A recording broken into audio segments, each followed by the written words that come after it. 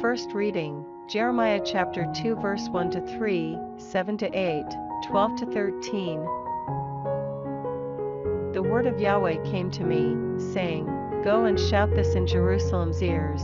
Yahweh says this, I remember your faithful love, the affection of your bridal days, when you followed me through the desert, through a land unsown. Israel was sacred to Yahweh, the first fruits of his harvest. All who ate this incurred guilt, disaster befell them, Yahweh declares.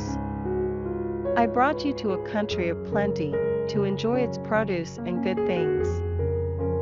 But when you entered, you defiled my country and made my heritage loathsome. The priests never asked, Where is Yahweh?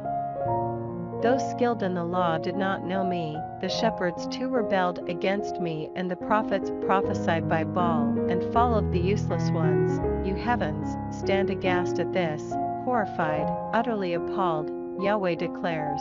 For my people have committed two crimes. They have abandoned me, the fountain of living water, and dug water tanks for themselves, cracked water tanks that hold no water.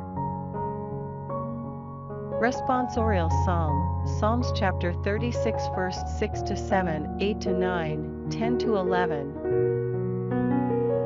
Your saving justice is like towering mountains, your judgments like the mighty deep.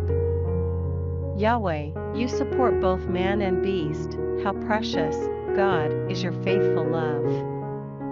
So the children of Adam take refuge in the shadow of your wings. They feast on the bounty of your house. You let them drink from your delicious streams. In you is the source of life.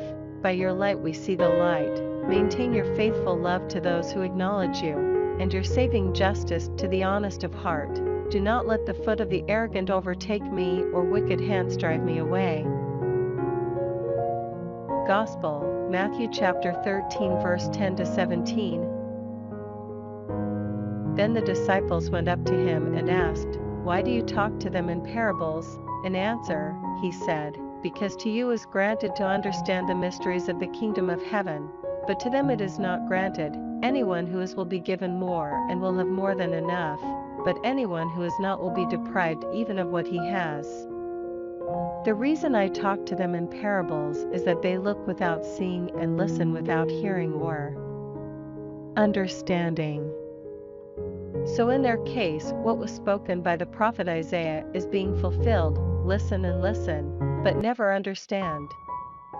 Look and look, but never perceive. This people's heart has grown coarse, their ears dulled. They have shut their eyes tight to avoid using their eyes to see, their ears to hear, their heart to understand, changing their ways and being healed by me.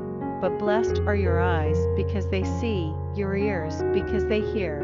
In truth I tell you, many prophets and upright people long to see what you see, and never saw it, to hear what you hear, and never heard it.